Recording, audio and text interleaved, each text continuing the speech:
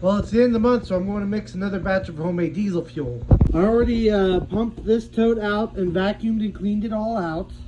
I ran this straight used motor oil from shops up through the bed sheet into that tote, and it's been sitting here for about 2-3 weeks, settling out. And this one was sitting already for like 3 or 4 weeks before I brought it in here. So now I'm going to pump some of this stale gasoline from junkyards into this mixing tote, and then I'm going to pump the oil in it and mix it up.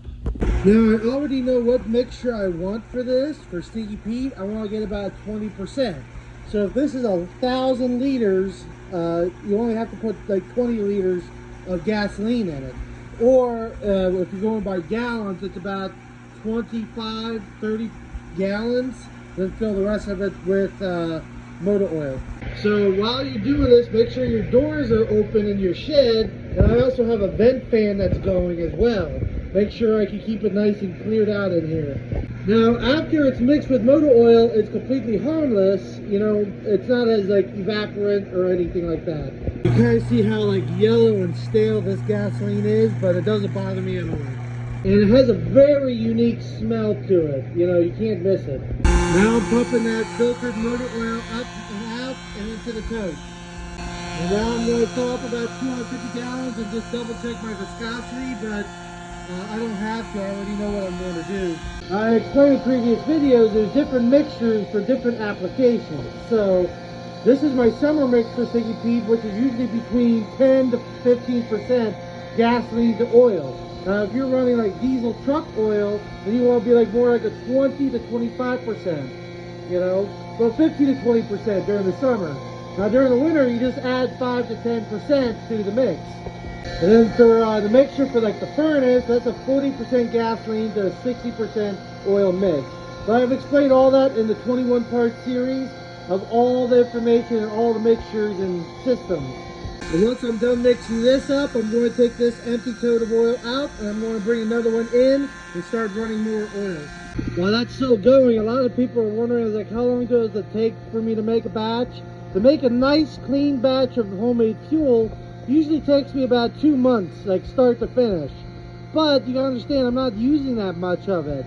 It's just my personal use, driving my truck or running my machines. Now I have a little bit of the winter mix left, and then I also have this whole tote for Stinky Pete. I got enough right here for like an entire year. If I were doing this on like for commercial trucks, like tractor trailers, then everything would have to be just bigger scale, large scale, bigger tanks.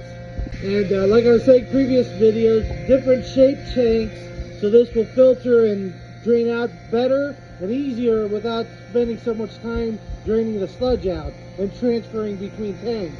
So really the only thing out of pocket is the $1 per gallon for the stale gasoline, and that's just me being generous for my friend, and also the motor oil that I get for free. And there's no filtration except that bed sheet and letting gravity do all the work. And then you have your regular screw-on fuel filters on your machines. Now the fuel filters will last until you change the oil, no problem. So when you change your engine oil and oil filter, you change your fuel filters also. Now the few times I had clogged fuel filters is when I was pumping out of the tote of mixed fuel and the pickup hose went to the very bottom and got some of the sludge. Or, like the one day, I did not clean out my big pump because I picked up motor oil. I didn't flush it out before filling my truck with it. But now to prevent that from happening, so I don't have to flush it out, I have a separate pump to pump into Stinky Pete from the mixed totes. So that way my big pump is only for transferring the gasoline and motor oil around. So it's just pumping away. Now it's filled up with motor oil. Now I'm going to use my little homemade mixer here and mix it up. Now that's done mixing. I always try to put everything up top of the mega funnel here that I could drip off. And now taking the dipper, now I'm measuring the viscosity. You know, just to double check, but I don't have to. I already know I have the right mix.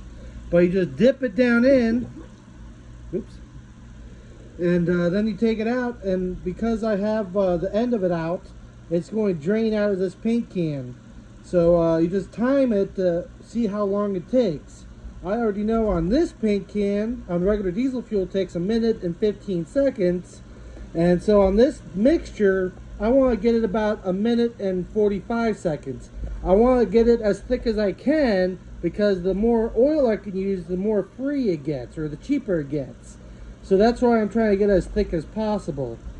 So like I was saying, if it drains down too fast, you gotta add more oil to it. If it drains down too slow, add more gasoline to it. That's it. That's how simple it is. So you can use any kind of oil-based liquids like gear oil, and you mix gasoline, you can just keep adding gasoline to it until it's the right viscosity that you want. And then you put the lid on it. Make sure, like this one is an airtight lid, because if this is vented, this gasoline is going to get more stale, and we don't want that. So I put this one on. I know this is a vented cap, but I cannot find my other cap. I put it somewhere in here, but I'll find it later.